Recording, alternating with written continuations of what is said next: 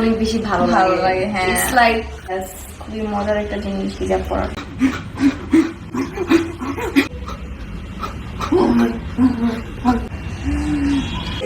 দেখো এদেরকে নিয়ে সাধারণত কথা বলার আমার কোনো ইচ্ছা নাই। কালকে আমার এক ছোট ভাই আমাকে ফোন দিয়ে বলে, ভাই এদেরকে নিয়ে একটু রোস্ট করো, কারণ ওরা যে পরিমাণ বাইরে গেছে ওদেরকে নিয়ে যদি রোস্ট না করো তাহলে তো ওরা পুরো বাংলাদেশটাকে ধ্বংস করে ফেলবে। ওর এই কথা শোনার পর আমি একবার ওদের চ্যানেলে যাই, আর চ্যানেলে যাই বসে বসে ভাবি এটা কি আমি কোনো ইউটিউব চ্যানেলে আসলাম নাকি কোনো মাগি পাড়ায় আসলাম।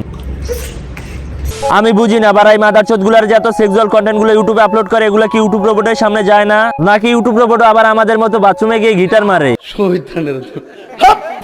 তো হ্যালো ভাই ব্রাদার, ওয়েলকাম ব্যাক অল্প কিছু সময়ের জন্য। তো তারপর বলো কেমন আছো তোমরা? বরাবরের মতো নতুন একটি ভিডিও নিয়ে হাজির হয়ে গেলাম আমরা। তো আজকে তোমাদের মাঝে যে ভিডিওটা নিয়ে হাজির হয়েছে, ভিডিওটা যদি তোমরা ফুল দেখো তাহলে তো তোমাদের পড়ে যাবে ভাই, কেউ কিন্তু মাইন্ডে নিও না, আমি কিন্তু চোখের পানি পড়ে যাওয়ার কথা বলছি।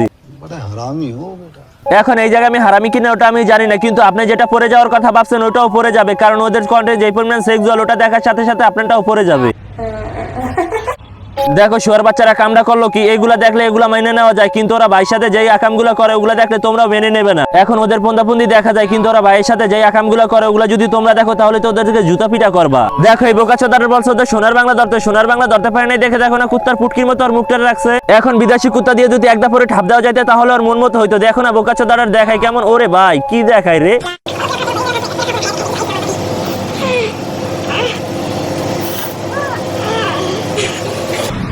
এখন তোমরা কেউ এই জায়গায় কিছু বুঝছো, আমি জানি তোমরা বুঝো না, আর যদি তোমরা না বুঝো তাহলে আমি তোমাদেরকে বুঝাই দিতে আসি। এই যে মেয়েটার যে ভাইটা যখন ওর শরীর হিট হয়ে যায় তখন ওর বোনদের সাথে সেক্স করে। এখন তোমরা বলতে পারো ভাই কেমনে কি, যদি তোমরা বিশ্বাস না করো তাহলে এই যে দেখো।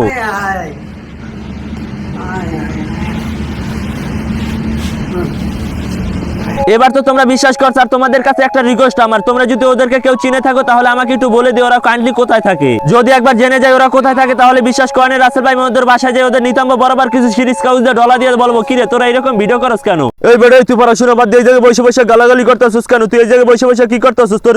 আরে দাদা আমি তো আমার এক ফ্রেন্ডের সাথে কথা বলতাছি, তুমি এমন করতেছো কেন? তো বন্ধুরা মাইরে আমার দাদা আমার পিঠের চাল পুরোই তুলে ফেলছে। তো আজকের মতো এই পর্যন্তই। প্রিয় ভিডিওটা ভালো লাগলে লাইক করে দিও, আর চ্যানেল নতুন হলে সাবস্ক্রাইব করতে ভুলো না। তো সবাই সুস্থ থাকো, ভালো থাকো, আল্লাহ হাফেজ।